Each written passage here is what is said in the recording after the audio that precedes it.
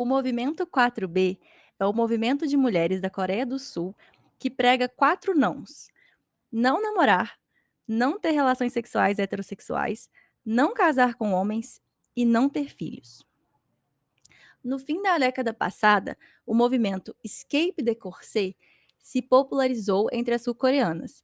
Em uma sociedade com rígidos padrões de beleza para as mulheres, raspar o cabelo e destruir produtos de maquiagem se tornaram ações de protesto. O movimento foi muito popular e no final da década passada foi estimado que cerca de um quarto das mulheres sul-coreanas de 20 anos tinham deixado de usar produtos de beleza. O movimento 4B ele é muito menor em termos de apelo popular e de adesão, mas é também uma resposta à sociedade patriarcal sul-coreana. A jornalista Anna Louise Sussman, ela escreveu uma reportagem maravilhosa sobre o movimento 4B para o The Cut, e eu vou deixar o link na descrição, mas eu quero comentar com vocês também alguns dos pontos que eu considero mais interessantes. O 4B, ele é uma postura política e ele é um estilo de vida de se distanciar dos homens, né? O que também incluem amigos homens. E as Hum. mulheres que adotam esse movimento, elas consideram que não tem esperança, né, para a sociedade e para os homens sul-coreanos, que a única forma de viver de forma autônoma seria não se relacionar com homens todos, não se relacionar. Então, não existe um objetivo de transformar os homens, transformar a sociedade, mas de viver um estilo de vida que simplesmente não inclui homens. E o texto do The Cut menciona alguns dados, né, que fariam da sociedade sul-coreana particularmente mais violenta para as mulheres. Um exemplo é que a incidência de violência entre parceiros íntimos no mundo seria de 30%, o que eu já acho bizarramente muito alto, mas que na Coreia seria 41,5%, né? Ou Uau! seja, é absurdo, né. Então, assim, não se relacionar afetiva e sexualmente com homens nesse contexto, é uma forma de evitar um alto risco de sofrer violência doméstica, né. E além disso, entre os países ricos, a Coreia do Sul teria uma das maiores diferenças de gênero em termos de salário, com as mulheres sul-coreanas ganhando 31% a menos que os homens. Então aí não ter filhos, né, seria evitar o risco de assumir uma dupla jornada de trabalho, com o trabalho doméstico, ainda por cima sendo mal remuneradas. São dados bastante alarmantes, né, Léo? Eu acho muito, assim. E você falando, eu era completamente estranho para mim esse conceito, né, desse movimento 4B que você está falando. Me dói um pouquinho? Me dói, mas sabe o que que me dói? Me dói chegar nesse ponto, esses números especificamente, sabe, ser tão decepcionante a forma como homens estão sendo, Uhum. enfim, né, e principalmente na Coreia do Sul, que isso seja uma questão, né, que esteja sendo discutida.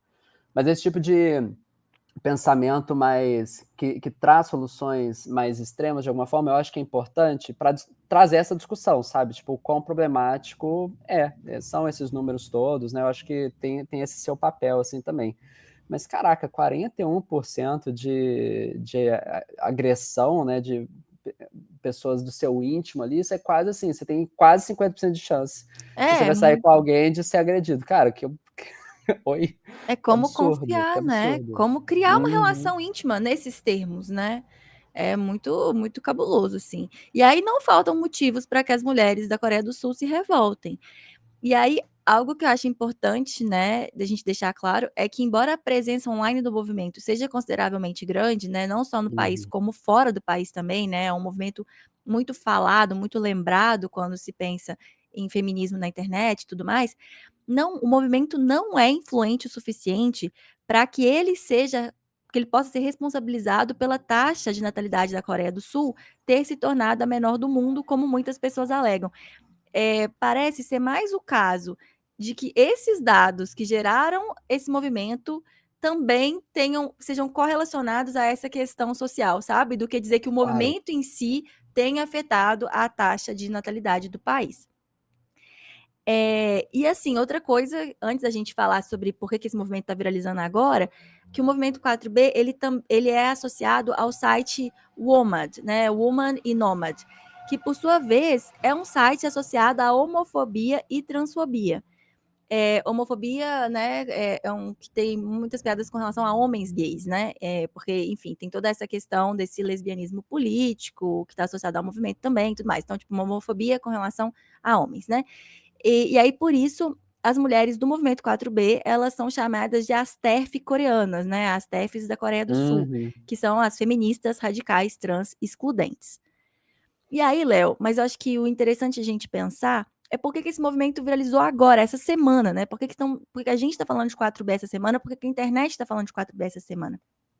Mas de forma bem resumida, porque o Donald Trump foi eleito presidente dos Estados Unidos com uma plataforma muito violenta contra as mulheres. E isso é uma coisa escancarada, né? Eu fiquei surpresa, inclusive, assim, porque é o nível de tanto que as coisas estão às claras, né? A Billie Eilish, né? Uma pessoa muito influente, né? Uma pessoa adorada pela indústria.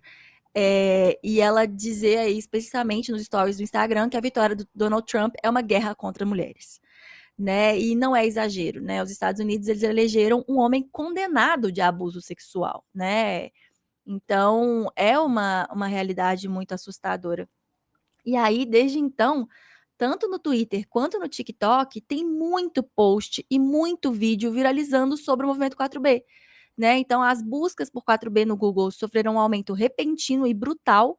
A 404 Media reportou esse aumento de interesse pelo movimento 4B nas redes sociais e eles comentam, inclusive, Léo, o aumento de interesse pelo assunto no Reddit, Ó, né? Então, esse assunto sendo conversado por lá, né, nas subreddits que tem público mais feminino, das mulheres entendendo que esse movimento 4B poderia ser aí uma solução, né? E viralizando aí como uma alternativa, um estilo de vida e um posicionamento políticos aí alternativos na situação em que Estados Unidos está vivendo agora, né? Porque a eleição do Trump, ela traz muita preocupação com relação aos direitos reprodutivos das mulheres. Existe um receio que o acesso ao aborto ele será dificultado ou até mesmo proibido em todo o país, o que é agravado pelo fato que não só o Trump foi eleito, né, gente, mas os republicanos eles conquistaram a maioria na Câmara e no Senado também. Então, é uma situação bem desesperadora para as mulheres dos Estados Unidos. E aqui no Brasil não tá muito diferente, viu, Léo? Porque a agência pública reportou ontem que a PEC de proibição do aborto voltou a ser pauta na Câmara essa semana. ai, ai, ai, ai. E a ideia dessa PEC é ampliar a restrição de aborto no Brasil, só que o aborto aqui no Brasil, ele já é extremamente restrito. Aborto só é permitido em caso de estupro, de risco de morte e de má formação cerebral do feto. Não tem margem para restringir mais, né? Não tem margem. A nossa conversa tinha que estar indo no outro sentido, de garantir mais direitos reprodutivos e não de restringir num universo que não cabe. Em qual dessas situações seria razoável pensar em restringir? Caso de estupro? Caso de de má formação cerebral? Risco de morte da gestante? Qual margem teria para Absurdo. restringir isso, Léo? Eu não sei se você tá sabendo, Léo. Você tá sabendo que ser mulher é um pesadelo? Ah, é decepcionante, só isso, assim, que eu tenho a falar, viu. E, ai, caramba, né. Ver isso acontecendo lá nos Estados Unidos, né, dá medo sobre o simbólico que isso pode representar no resto do mundo, né. A gente vê movimentos, acabando refletindo, né. Existe um eco político que acaba acontecendo querendo ou não. E pensar que de alguma forma reaviva uma conversa ainda mais conservadora para o lado de cá, é muito desesperador, né, assim, eu tenho esperanças, claro, mas é isso, é esperança que chama, né. Bem É, ruim, tá sei difícil de lá. ter esperança, mas é importante falar, é importante estar ligada, é importante Uhum. pressionar. Da última vez que essa PEC foi a pressão popular, a pressão do movimento organizado de mulheres, foi muito importante embarrar essa conversa quando ela já rolou, quando ela rolou mais cedo. Então é muito importante voltar para a pauta então, porque a pauta voltou aí a ser conversada na Câmara. A gente não podemos nos distrair, não podemos deixar esse assunto passar, a gente precisa então voltar a falar sobre esse assunto, já que voltou a ser pauta na Câmara. E a principal crítica que é feita para as mulheres que adotam essa postura política de não casar, não se relacionar afetivo ou sexualmente, de não ter filho, é de que elas estariam sendo extremistas, né, que elas estariam agindo de forma radical, de forma extremista.